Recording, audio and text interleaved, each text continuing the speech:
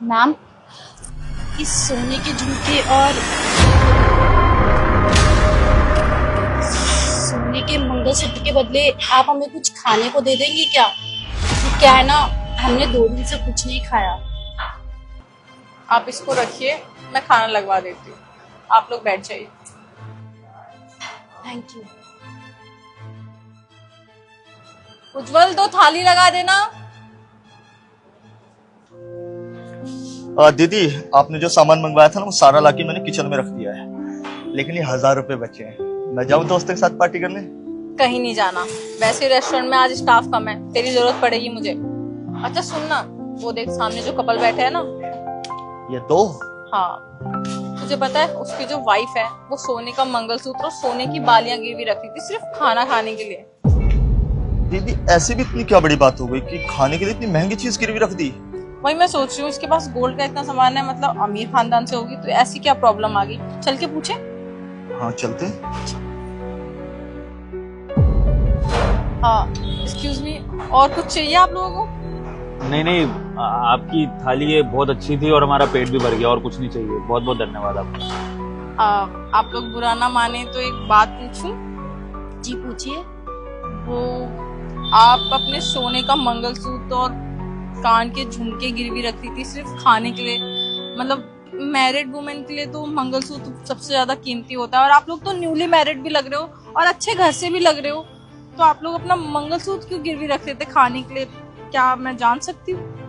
Actually वो क्या है ना, हम लोगों ने भागकर शादी की है और हमने जो भी सेविंग्स करी थी वो सारे पैसे हमारे 2 महीने के अंदर खर्च हो गए, तो हमने 2 दिन से कुछ खाया नहीं था, इसलिए हमने सोचा कि वो गिरवी रख के खाना खा लेंगे। तो आप लोगों ने भाग के शादी क्यों करी? मतलब अब एक्चुअली हम दोनों एक दूसरे से बहुत प्यार करते हैं और हम दोनों ने भागकर शादी करी है, क्योंकि हमारे माँ बाप इस शादी के खिलाफ थे। अब हमारे पास कोई और रास्ता नहीं था, इसलिए हम भाग के दूसरे शहर आ गए और अब यहाँ पे जैसे तैसे गुजर बसर कर रहे हैं अपनी। ये क्या ही हो रहा है ना आजकल के लोगों को, कैसे भाग करके शादी कर लेते हैं। एक बात भी अपने माँ बाप के बारे में नहीं सोचते, जिन्होंने हमें पाला पोसा इतना बड़ा किया, उनकी डिसरिस्पेक्ट करके उनका मुंह काला करके भाग के चले आते। और अगर घर वाले नहीं मान रहे तो आप मनाते ना, एक बार कोशिश करते, लेकिन नहीं, आप लोगों को तो भागना था, उनकी इज्जत जो उछालनी थी। आप लोगों के साथ ना बिल्कुल सही हुआ, देखो अब क्या अंजाम भुगत रहे हो आप दोनों। एक्चुअली मेरे पापा ना बहुत पावरफुल आदमी है, वो एक नेता है। वो चाहते थे कि उनके दोस्त के बेटे से मेरी शादी हो जाए, ताकि उनके दोस्त के गांव के सारे वोट्स मेरे पापा के पास आ जाएं, और इसलिए मैंने शादी नहीं करी।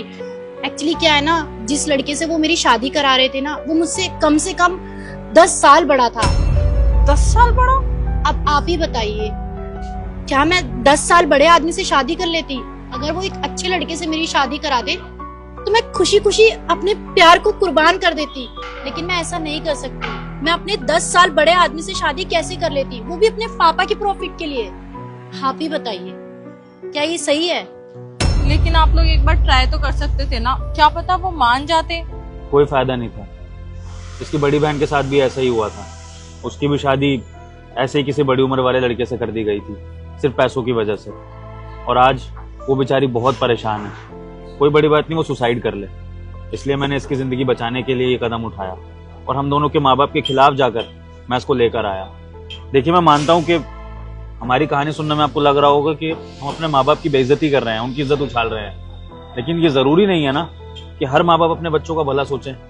कभी कभी ऐसे माँ बाप भी निकल आते हैं जो अपने बच्चों का नहीं, अपना पहले सोचते हैं, और तब बच्चों को ही अपने लिए सोचना पड़ता है। अभी आप लोग रह कहाँ रहे हो? एक्चुअली हम किराए पे रह रहे हैं और अभी हमारे पास किराया भी देने के पैसे नहीं है। तो जॉब वगैरह के लिए ट्राई नहीं करी? हमारे पास डिग्री है, इन्होंने बीकॉम कर रखा है और मैंने एमए। हमने काफी जगह इंटरव्यू भी दिए हैं, जैसे सिलेक्शन हो जाएगा हम जॉब कर लेंगे। और दीदी, हमारे रेस्टोरेंट में मैनेजर की पोस्ट खाली है, तो आप इनको दे दो ना वो जॉब। तू सही कह रहा है, आप दोनों हमारे यहाँ जॉब कर सकते हो। स्टार्टिंग में सैलरी थोड़ी कम रहेगी, लेकिन आप दोनों अगर अच्छा काम करोगे तो मैं सैलरी इंक्रीज कर दूंगी। बताइए, चलेगा? और रहना खाना भी हमारे यहाँ ही हो जाएगा आपका। Thank you so much. आपका ये एहसान हम कभी नहीं भूलेंगे। आपको नहीं पता, आप जैसे लोग ना आज की दुनिया में बहुत कम है। बहुत बहुत धन्यवाद आपका। नहीं, थैंक यू की कोई जरूरत नहीं है, ये तो बस इंसानियत होने के नाते किया है मैंने। कल आप लोग आ जाइएगा टाइम से, सुबह 9 बजे आ जाइएगा। जी हम आ जाएंगे। ओके चले। वैसे दीदी कितने मजबूर थे ना बेचारे दोनों। वो कहते हैं ना, जिंदगी में कभी भी कोई सा भी वक्त आ सकता है, आज उनका बुरा वक्त है, क्या कर सकते हैं। लेकिन तू सीख ले, तेरा अभी अच्छा वक्त चल रहा है। ये जो रोज 1000 रुपए लेके दोस्तों पे उड़ाता है ना, ये अच्छी बात नहीं होती। मेरे साथ काम में हाथ बटा लिया कर। कोई ना दीदी, कल से मैं अपने दोस्त के पास नहीं जाया करूंगा, रेस्टोरेंट में आपका हाथ बटाने डेली आया करूंगा। पर आज तो जाने दो ना। तू नहीं सुधरेगा, चल आज चला जा, लेकिन कल से नहीं है, लास्ट होगा। ठीक है।